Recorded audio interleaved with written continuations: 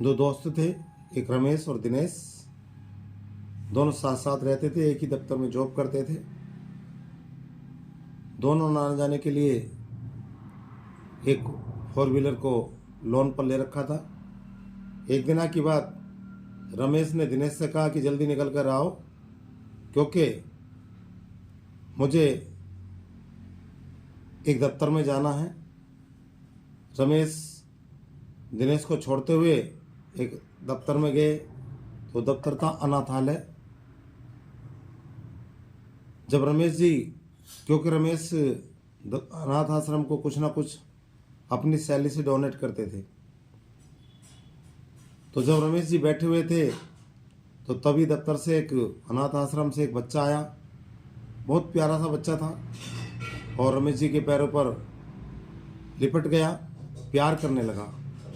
रमेश ने पूछा अनाथ आश्रम के मैनेजर साहब से कि ये किसका बच्चा है। मैनेजर साहब ने कहा कि रमेश जी, यहाँ पर तो सभी बच्चे अनाथ हैं और सबके माता पिता आप जैसे ही हैं। बच्चा बहुत प्यारा है, आपको प्यार कर रहा है, आप भी इसे ले जाओ। रमेश जी कहने लगे कि मेरे पास तो पहले से ही एक बेटा और एक बेटी है। मैनेजर साहब कहने लगे कि जब वह आपको बहुत प्यार कर रहा है तो उसको आप ले जाओ, कल आपके ये जरूर कहीं ना कहीं काम आएगा। मैनेजर साहब के कहने अनुसार रमेश उस बच्चे को लेकर के अपने घर चले गए।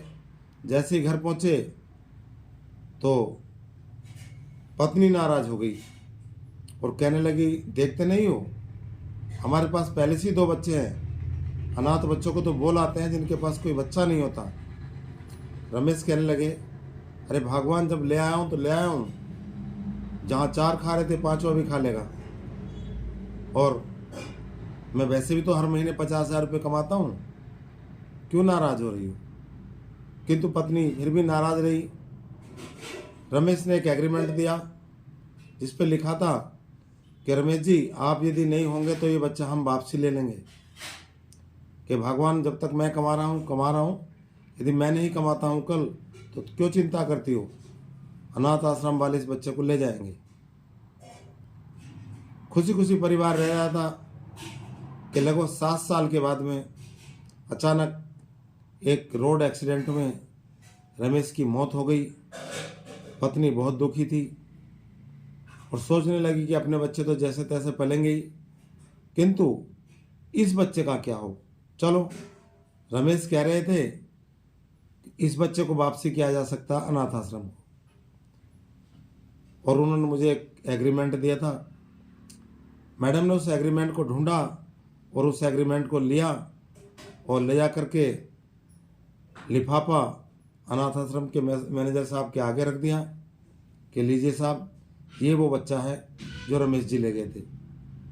और देख करके बच्चे को जैसे उठने लगी तो मैनेजर साहब ने कहा, ठहरो मैडम, इस एग्रीमेंट में ये लिखा था कि यदि रमेश नहीं है तो हम इस बच्चे को वापसी ले लेंगे, किंतु इसमें यह भी लिखा है कि यदि रमेश नहीं है तो हम उसके परिवार को 10 लाख रुपए भी देंगे। मैडम सोचने लगी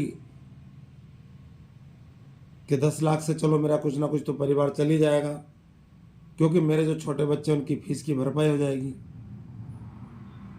और जैसे ही उन्होंने 10 लाख का चेक दिया, मैडम एक बार फिर उठने लगी। तो मैनेजर साहब ने कहा कि ठहरो मैडम, रमेश जी ने इतना ही एग्रीमेंट नहीं किया था, रमेश जी ने ये भी एग्रीमेंट किया था। हो सकता है कि आपके मन में बात चल रही होगी कि रमेश जी चले गए और मुझे ये बच्चा वापसी करना पड़ा तो ही 10 लाख रुपए मिले हैं। मैडम, यदि ये बच्चा पूरी तरह से बड़ा होता, 20 साल का होता, तो हम आपको 20 लाख रुपए देते। ऐसा ही नहीं कि उनके जाने की वजह से हम आपको पैसा दे रहे हैं। मैडम सोचने लगी कि ये बच्चा हमारे लिए बहुत ही लक्की है। मेरा आपसे सवाल है कि रमेश का निर्णय उस बच्चे को लेने में सही था या गलत। यदि आप इस निर्णय को लेते